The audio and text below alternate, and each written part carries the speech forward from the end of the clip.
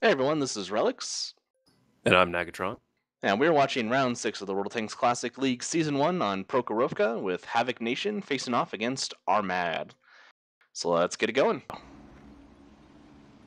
Alright, starting out here, we have Havok Nation running with 2 IS-7s, 3 T-110s, a 261, T-92, and M4043 for artillery, and a 1390 and 2 T-50-2s for scouting here. So heavy on the artillery, heavy on the scouting. I imagine they're going to dig in here and let the artillery do all the work. RMAD has two IS-7s, a Mouse, two T-110s, a Batchat, a T-95, Type E, T-92, a 50-2, and an FT-17. So they're probably going to spread out that Tier 1, get him in a bush to light, I would guess the 1-2 column, and then have mobile scouting from the 50-2, stick the T-95 back, basically contest the hill and try and play a spread offense here. Yeah, it's interesting. We're seeing a lot of the Batchat here doing most of the initial scouting, so I wonder if that 50-2 was sent automatically to the hill. Try to beat everything there.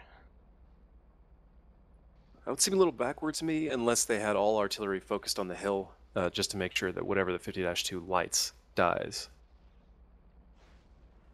Ooh, Batchat getting a little far over that hill.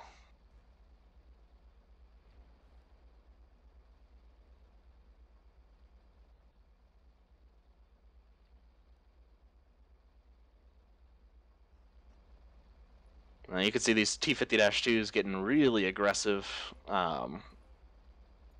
getting way out there to spot. You figure with they have all the extra scouts, they can risk having them push up a little bit too far.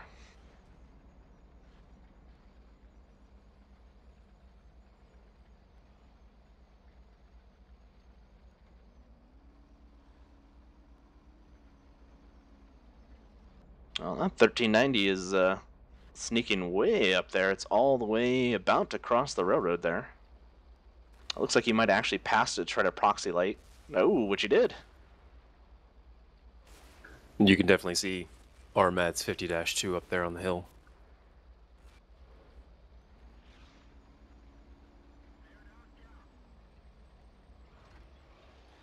There goes one GWE.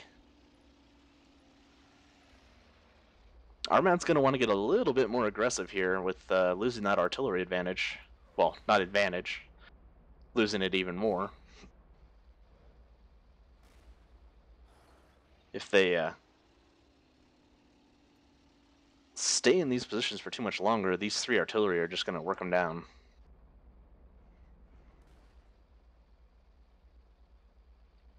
That's provided that Havok can keep its scouts alive. We've got 2 down and only a 50-2 remaining at 15%. So if RMAD is capable of, or able to take out that 50-2, they stand a much better chance of surviving this already onslaught, because there won't be as many things lighting them while they're trying to get in a position.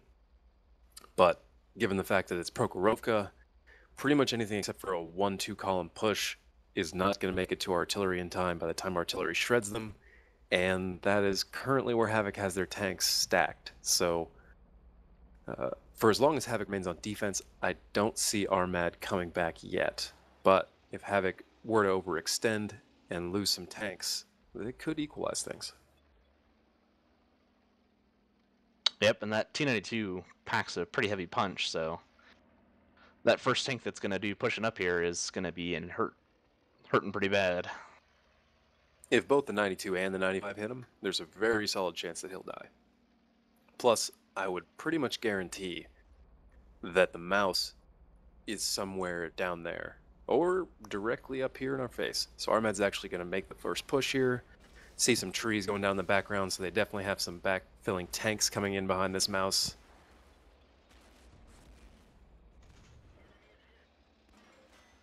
Yeah, I think I saw at least 2 more pushing up. But that Moss didn't have enough support really to make that push there.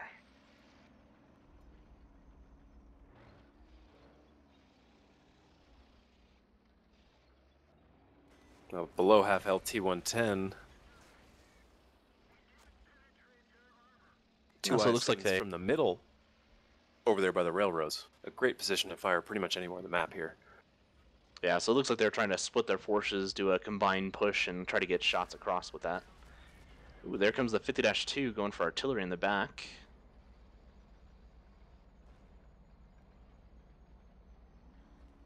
And they do still have that 1T110 back there. I don't know if he'll make it there. That 50-2 is tracked and dead.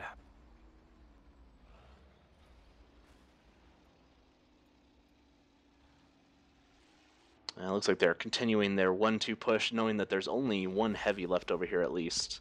But that T-95 is still lurking somewhere. 2 IS-7's almost dead, leaving 4 tanks left, one of which is a T1. This is pretty much done deal now.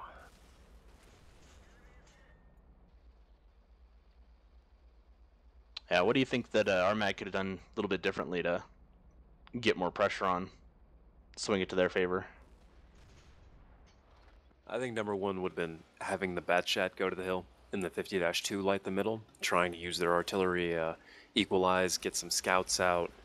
Because really, they just, from the beginning, did not have the right tank setup to battle what Havok brought to this match. Yeah, you definitely need a more aggressive setup to get into that artillery a little bit faster. It's a tough call, because if you move everybody over the railroad, it's not exactly like they can rush up the railroad and get to Havok there in the corner.